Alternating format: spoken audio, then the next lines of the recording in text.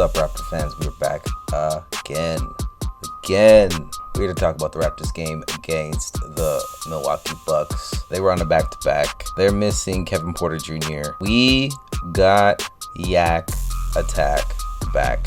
Jakob Poeltl has returned from a 3-game absence to anchor the team to their 3rd win in a row. Okay, not really anchor. He was there as a defensive presence and he did his job. He didn't do much at all in terms of stats, but he did impose himself on the defensive end. For the 20 minutes that he did play, which would not be his regular minute allotment, he did get himself involved in the defense and made an impact. The Raptors did win this game 118 to 107. They were up a bit more through this one. From the beginning, they kind of ran away with it. It was about 15-point lead for quite a while. Not exactly 15, but it would fluctuate between 13 and like 22, somewhere between there, all the way through the game. I think in the end, the Bucks did make a run, but at the end of the day, the Raptors definitely took this one like they should. I suppose only Kevin Porter Jr. is injured on the Bucks, but they are not as high-powered as they used to be in terms of players as dominant as Giannis, or at least complementary to his dominance. Ryan Rollins is showing promise, and you would hope that in the near future he could step up and make them a bit better, but he's not quite a Damian Lillard level player. And Kevin Porter Jr., who has the potential, he's not in the game either. He's actually injured, and I think he's gonna be out for another month. I believe they were hoping that he would come step up and be an actual star. He has a lot of potential. Let's get into the matchups. Poeltl didn't do too much for the stats this game. Basically, he's just putting up his regular high percentage shooting. He shot 4 of 6 for 66%. No threes, nothing extravagant.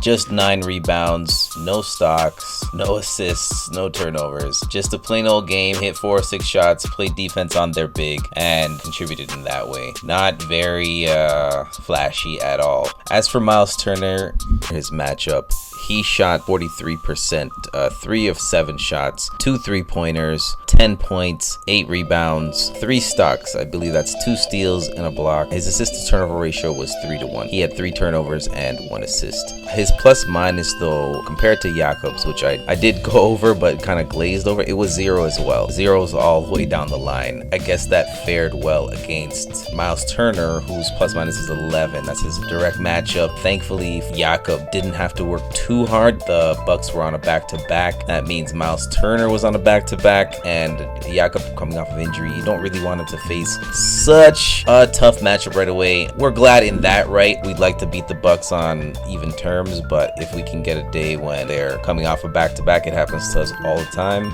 so we might as well take advantage. And we should. This is the kind of game we should win. If we lose a game against a team that's on a back-to-back, that's kind of shameful in a way. It's not good. Let's move on to the next matchup. So the next matchup is Brandon Ingram versus Kyle Kuzma. This is a decent matchup. 2 stretch forwards, guys that play power forward, they can play small forward. They're scorers, they shoot threes, they get to the basket, they play a little bit of defense, and they're both also known for turnovers. That being said, let's get to the stats. Brandon Ingram shot 50%, 6 of 12, 13 points, unfortunately. He didn't hit any 3-pointers. He had 8 rebounds, 2 stocks, 2 blocks, 4 assists, 2 turnovers, so his assist to turnover ratio was 2, which isn't bad, and his plus-minus was a plus 17, which I believe, oh, no, it was not the team high of 4. Ooh, Mamu Kalav.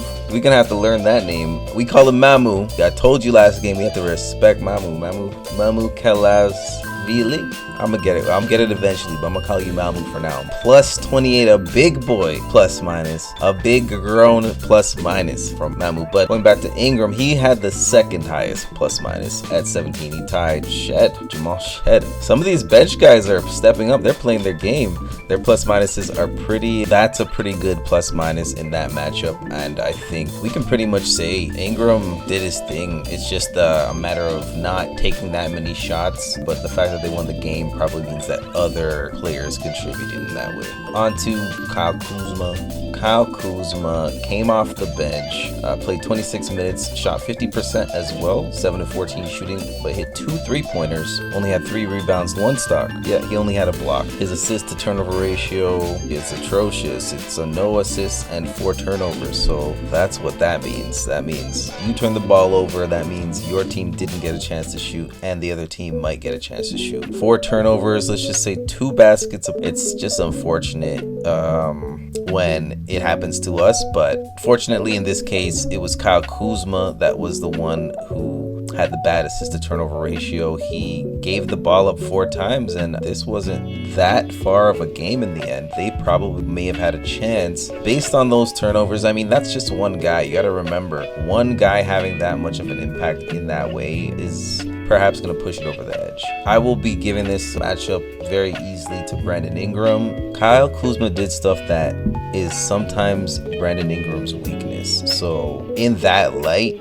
this is a good example of what it could be like often when we're causing the other team to turn the ball over and not turning the ball over so much ourselves. Ingram wins that matchup. We can go to the next one, and that would be the big matchup, the big boys. Scottie Barnes versus Giannis Antetokounmpo. This is a pretty good matchup. These guys know each other pretty well. They have a very similar style of play. Aside from the fact that I have to say that Scottie Barnes has been hitting the 3-point shot consistently this season. Quite a few games in, I'm pretty sure he's shooting over 50%. We're gonna have to double check what that percentage is. It's somewhere up near 50%. 60% shooting from the 3-point line, Scottie Barnes. 3 of 5.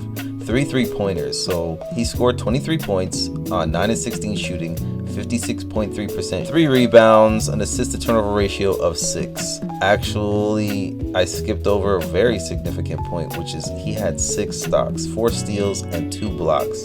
This is the Scottie Barnes that when we drafted him, this is what we wanted. There's not a spot on this box score that this is the infinite win gauntlet, not the infinity gauntlet, the in for the win gauntlet. Good shooting 3-pointers, passing the ball, playing defense, not turning the ball over. These are the things that are going to get you wins. These are the things that are going to make you the star player that you drafted for. This was a great game from Scottie Barnes. An amazing, at least down the stat line and the results of the game, it shows. Pirtle came in and did his part. Ingram came in and did his part. And now Scottie against Giannis. I mean, Giannis did pretty well the same. Let's go through the stats. 64% shooting, 9 to 14 for 22 points, 8 rebounds, 3 assists, and 1 turnover. So an assist to turnover ratio of 3 and a plus minus of -8. From what I can see here, aside from the 3-point shooting, they had a very similar game. Scottie obviously played a bit more defense, or at least was more successful on defense. The lopsided outcome, whether it be based on the other players on the court or this direct matchup, it's clear here based on how both of them played fairly well. Scottie Barnes, on the other hand, 6-to-1 assist to turnover ratio. This is just like game 1. He had a 9-to-1 assist to turnover ratio in game 1, and they were successful. And I think the turnovers, they're so detrimental, that the possessions are so important that they definitely need to pay more attention to that. And it looks like they're coming together as a group a bit. This is another game that they had a chance to take advantage because the other team, they were on a back-to-back. That's not easy for any team, but it happens to us too. We have to take advantage at the times when we can, and other teams will be able to take advantage of us, or hopefully not. You still want to win on back-to-backs if you can. I'm gonna give this matchup to Scottie Barnes. It's a very close matchup, but that 6-to-1 assist to turnover ratio and the 6 stocks, obviously those made a huge difference, and clearly by the score, by the outcome, it made an impact, and perhaps that's why we won the game. That being said, we're done for this episode of RaptorScope. Hope to see you again soon. Please subscribe, like, and comment below. And hopefully we can have a nice chat about the Raptors, who we all think are gonna win the Eastern Conference this season, right? Right. Anyways, you guys have a good one. RaptorScope watchers and Raptor Nation, peace out.